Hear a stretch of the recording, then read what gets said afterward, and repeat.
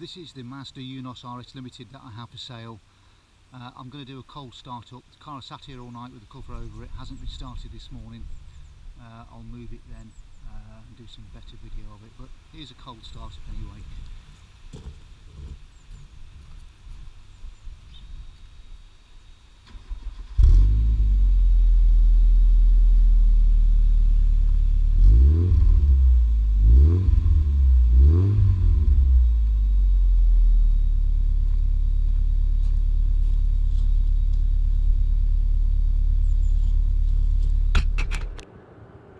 I'll try and show you the good bits as well as the bad bits, which are probably more important on this car. So if we have a look round, you can see things like panel gaps are all pretty good. There will be the odd mark. There's a couple of stone chips here. I don't know if you're going to see them, but just kind of here, 2 or 3 that have been touched in.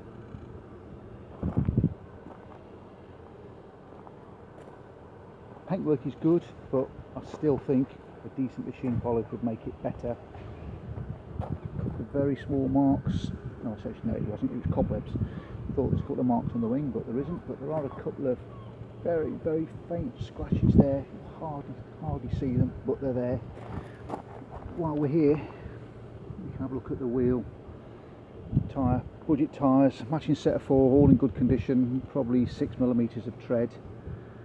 You look down the side of the car, I haven't cleaned this by the way,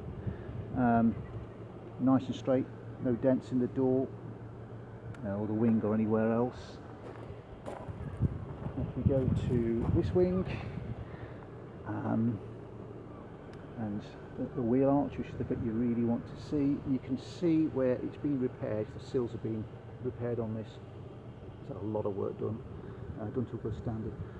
Obviously no spot weld marks, they've all disappeared with the repair, but it's really solid. If you look at that wheel, you can just see it's just scuffed. Someone's hit a curb or something there. I'm sure a couple of the others are the same as well.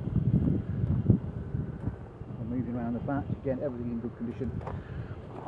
Not sure I like those, but matter of taste I suppose, isn't it?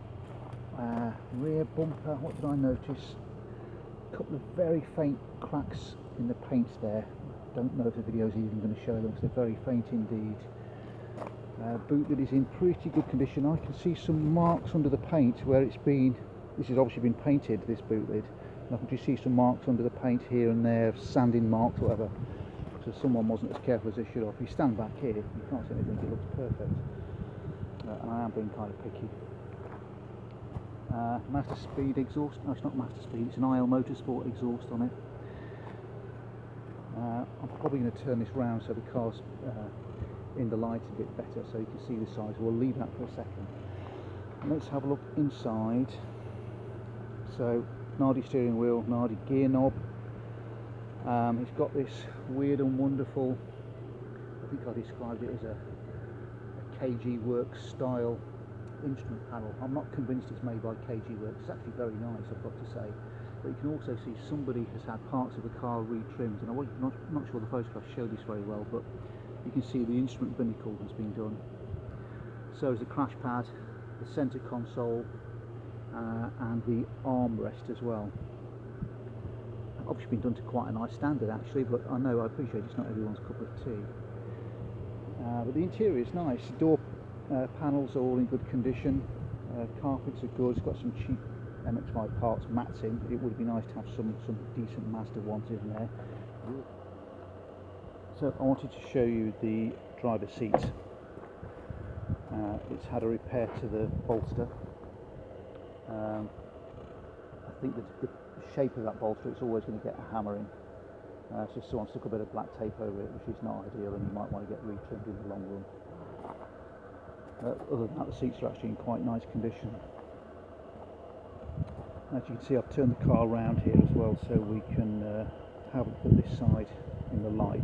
So let's try and do that. So rear wing, again no dents, no bad scratches or anything like that. Again, door is good, no dents, nothing like that. I don't think there's any dents anywhere actually. And paintwork is pretty good. having a look at this wheel. I mentioned discs and pads, they're all new on it. Metex pads, new calipers, new discs, suspension components and all the rest of it are in good condition. I've had all the wheels off, had a good roll around underneath. Okay, so yeah, this door's good. Now what else do you need to see? Usual MX-5 thing, they always curl up the ends. I usually put a bit of super glue on that, glue it back into place. It's very common on these things. Windscreen is good, other than a stone chip which is just there. Nothing horrendous, but it's there. I need to tell you about it. You also see, while I'm around here, I don't know if you can see this, there's been a scratch there and someone's touched in something. Looks like they've touched it in with a flipping yard brush actually, but not to worry.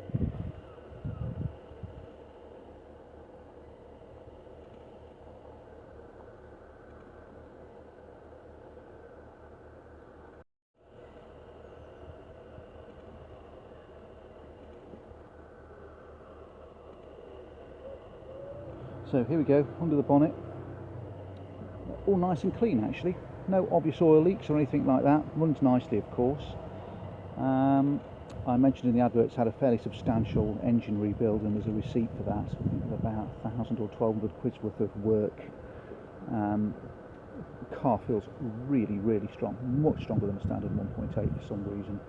It's got a new radiator on there, just been serviced, new plugs, leads, filters. Brake fluid's been changed, coolant's been changed. Yeah, all nice and clean. Obviously someone's painted the cam cover black, which looks quite smart actually. But yeah, nice and tidy. It's got yellow strut brace, which it's supposed to have. There you go. I'll show you a close-up of the chassis number if I can. There we go. I don't know if you can see that very well, but the interesting thing about RS-Ltd is they nearly always start with NA8C, and then it's for the RS-Ltd it always starts with 300. I think I've probably sold 15, 20 RS-Ltds over the years. I've had one that didn't start with 300. It's a reasonably good way of identifying whether the car is a proper RS-Ltd.